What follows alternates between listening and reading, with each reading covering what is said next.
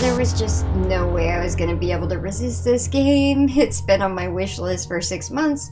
I should have just gotten it then, because this was inevitable. Hey all virtual life simulators. This is probably obvious, but today we're simulating raccoon life, and thanks for stopping by to check it out. The fun twist on this animal simulator is that basically this is more like Grand Theft Raccoon than like say something such as Wolf Quest or Ultimate Cat Simulator. If anything, it's closer to Collateral Damage, only you can cause 100 times the terror for humans. Since they wanted to drive up in your family home and raid the place, capturing everyone, then they were asking you to get a rock to the dome or tripped by a wire. There are some more awesome devices to enact your furry wrath. But sorry, getting a little ahead of myself here because the tutorial takes place while still in happy-go-lucky life. Going through several NPC errands will get you started using basic raccoon skills like scavenging for food and other materials to hoard in your adorable jacket backpack. There are some meters to keep an eye on, but so far in the beginning stages it barely moves, allowing you to take your time through the opening quest lines.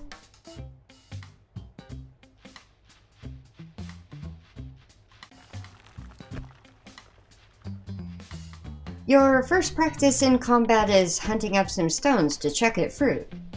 Use this training time wisely, for you will soon face your mortal enemy when one of your next quests is being dispatched to the clearing to see what's causing a reported commotion. A cutscene ensues.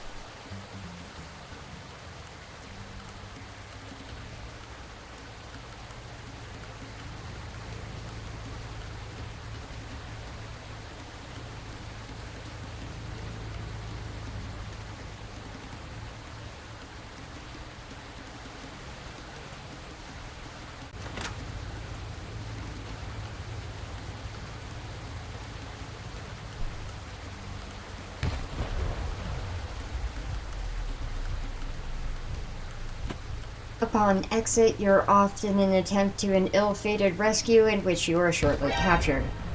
This sends us into what seems like a dream sequence. Or we're disoriented and have been let loose, but it's probably the first. And our first objective is to grab some rocks and go find a human to take out Raccoon Rage on.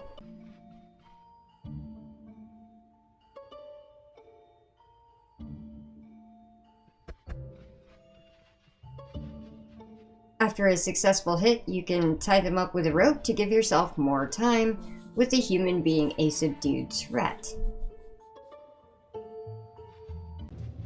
In the next part, we get the stealthing tutorial series, starting with the basic grass cover that can ensure you don't get seen.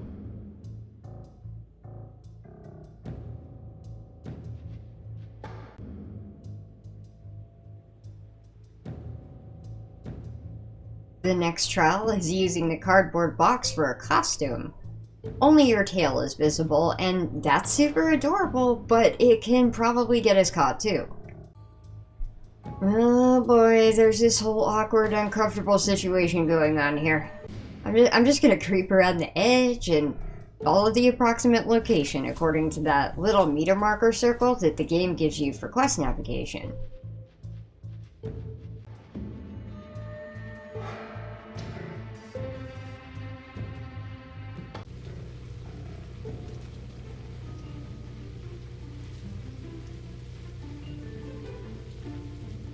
With another cutscene ensuing, it was hard to know if I was captured again or hitching a ride. The game starts to feel a little survival for sure, even a little horror-esque with some of the humans moving like zombies. The next part goes next level because we get a skateboard and a fire extinguisher that acts like a nitrous button. This game is getting to be something that I can love already, as the next objective is coasting around in traffic, which I'm pretty terrible at, but it's still a good time. Sure, it's not the controls, it's me fumbling. There's a lot more to love about this game from what I've seen on its previews and update notes.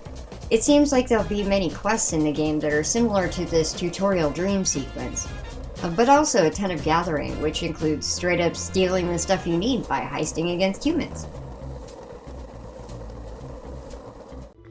You'll need to stockpile materials to build a base for your forest friends. Yep, this game even has building in it, in addition to all the thief action and suspense, while also racing around on a skateboard. But it seems that first I've got to escape. But this dream sequence, I think, is finding my way back to my body somehow.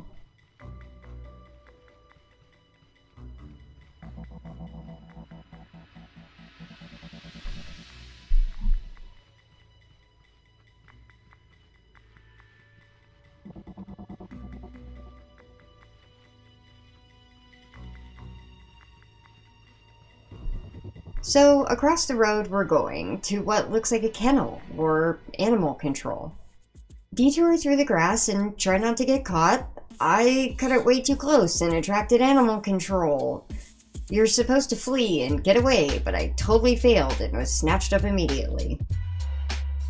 There is the busted screen. That's quite reminiscent of Grand Theft Auto, and it's hard to deny that there's probably intentional influence here. The punishment for being busted is being returned to the beginning of the scene to start over.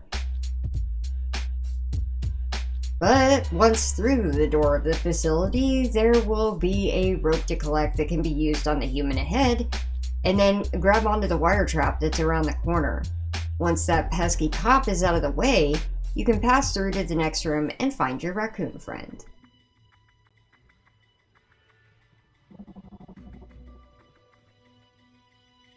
The game steps up into some gimmicky but fun entertainment from here, making you pick a lock and then dodge security cameras in the process of disabling those devices for escape. It seems like I may have made the wrong choice on how to evade, because the cop tripped over me as the box, and I got immediately busted again. I'm obviously gonna need some serious work on my escape art.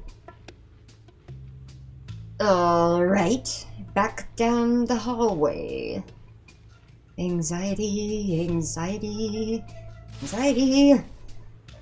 Getting around some parts of this game are a teensy bit stressful compared to the kinds of games that I'm usually playing. But that's alright, because the mischief involved in this questline is worth it.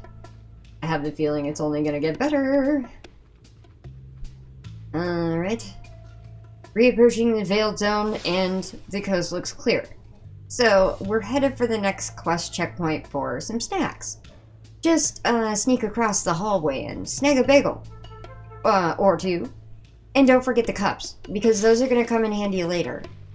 Rope does too, so if your inventory backpack has space, it's recommended that you grab what you can.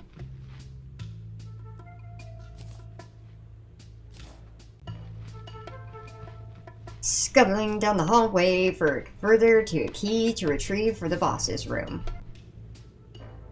I can't believe this guy didn't even notice me while I'm bouncing on a chair 2 feet behind him.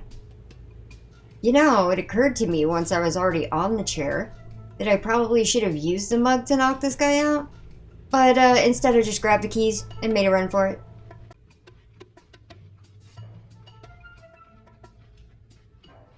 Once in the office, it becomes more apparent what our goals are.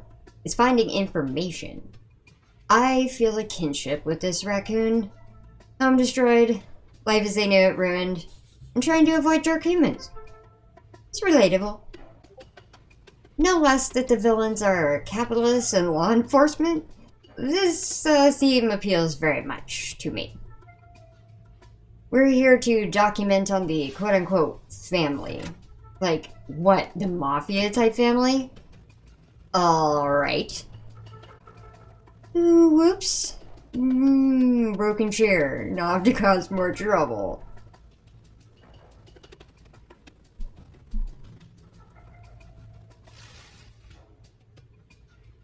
The developer's replicating Grand Theft Auto in many ways, including that message that I was most fond of. But just to be honest, I like the Wanted Raccoon package a little better, and I know I'm gonna take heat for that. GTA just doesn't have this kind of cute. But, the cars, though. GTA is awesome, no doubt. This just suits my personal playstyle really well. I think if you like GTA, you may quite possibly enjoy this too.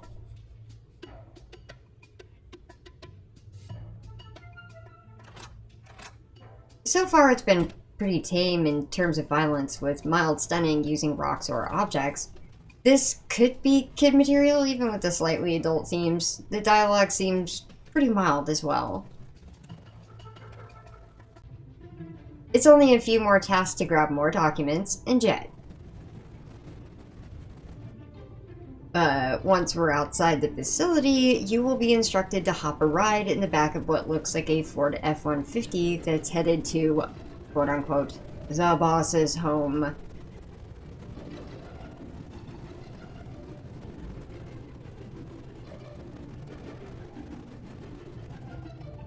This is our first opportunity to get a little glimpse of the New World environment that looks to be the suburbs. And a housing development with quite a nice mountain there in the back. Yeah, this place looks on the fancier side. It's a bit like the neighborhoods around where I'm at. Geez, with the same type of car models and all. Oh, look at that. Of course, we're going through a large gate to a ridiculous-sized home. And our arch nemesis is definitely an overblown venture capitalist like the ones around Silicon Valley. Looks like we gotta bust into their house, and we're gonna need some keys. Apparently you can saunter right on up to the kids and talk to them. This little pocket area seems to require no sneaking, which makes it kinda nice to start exploring the world with a little less focus on trying to escape.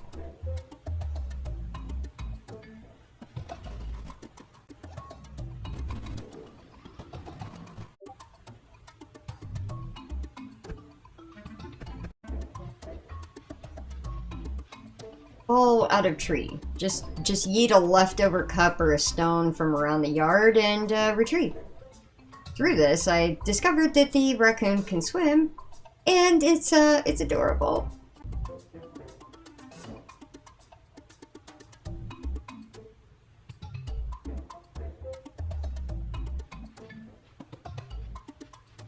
The kids have another set of instructions before letting you into the house, which is to retrieve skateboards from the gardeners.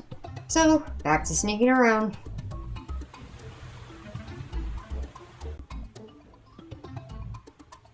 Once you reach the door of the gardener's house, you'll need to find out that it's locked, and the other gardener across the yard has it. Since it's on his person, it's probably best to go with the throw the object and tie-up option. Sometimes, the way that NPCs land is rather amusing. Just grab the keys and head back for the boards. Once inside, follow instructions to spill that water cooler's contents before choosing one of the 3 skateboard designs available.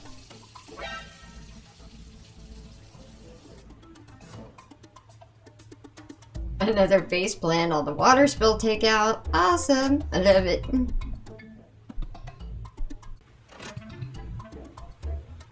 At this point, head back to the kids on the opposite side of the lawn and give them the keys. They'll let you keep the board. Once in the house, start looking for the documents. You'll only have to subdue 1 human and can otherwise run around freely in the rest of the house to find the other 2 documents in the upstairs. It's followed by a fun rampage around the house for just the purpose of doing damage to it. You accumulate points by knocking over items like lamps and vases off the shelves, papers, and whatever else you can activate. Jumping on a couch will make tearing up cushions a breeze, and your final act of avenging your home is to destroy this guy's. So, hop onto that countertop and turn on the faucet. Out of nowhere, pops another raccoon. It appears to be a pirate, named Jack. Alright, seems trustworthy enough. But he's right anyway. It's time to vacate the premise. And we're doing it by skateboard that the kids gave us. It's time to skirt past these cops. Hey, there's that GTA again. We have a star multiplier up in the corner. Alright, use that nitrous boost if necessary to get away and make it back to this garbage truck. So far, these are super fun elements thrown together in the life of a raccoon. Things are definitely looking better, but we're still not out of the clear. Dang, these cops are on our tails, so chuck the available garbage packs out the back and aim for the windshield. We're wrecked out, and we're free.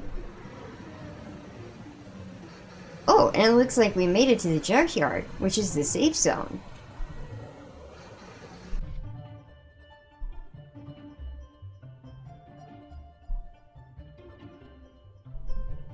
This is where you'll be setting up shop with your new friends. Also, strategizing the rescue with your other pals. But first, we have to do some construction and obtain the materials to do it. It looks like this is where we go into the gathering phase, but that still appears like it'll be laced with these objectives that require a whole lot of sneaking and using the environment to your advantage. It doesn't exactly seem like this is going to be all that much of a free-for-all gathering, but that remains to be seen in the long run, since this is really early on in the story.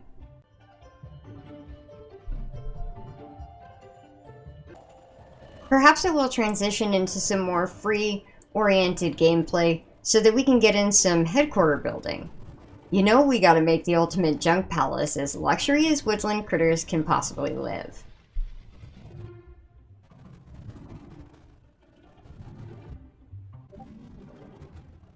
Going to be honest that the ability to construct buildings from the ground up, along with the crafting, is what finally closed me on buying this. As excited as I am for that part, this game is possum shit. Oh, whoops, that slipped in excitement. But it is a little glitched. Since I'm pretty pro at getting myself caught in this game, I've discovered that it's possible for you to respawn in an area far away from the quest zone that you were captured in. For example, my furry butt got busted when I was trying to raccoon burglar back into the kennel to rescue old Joe. Upon respawn, I was in a bush all the way back at the family boss's mansion. This either requires a long skateboard ride or a reload back to your most recent save. That's a pretty annoying bug, but hopefully that gets fixed shortly. I'm just recommending saving after completing a difficult task. This bug won't keep me from playing, most likely. It would be better if I would quit getting caught so much anyway. It's just that fun that I'll deal with the setback. It's been easy to get into, fairly simple and figure out, but it just requires a lot of patience and strategy on the missions. There's a ton to love about this game by Mad Sprouts. You can find it on Steam. It's still in early access, but getting steady updates and bug fixes. Developers are planning on making this title a multiplayer, and if they do, I'm going to try and talk Trustworthy into playing. Which I don't think it'll be very hard with how cool this game is. I've been using the keyboard, but it's also got controller support for those who prefer joysticks. It looks like there's some plans for more zones, quests, and additional crafting coming in the future.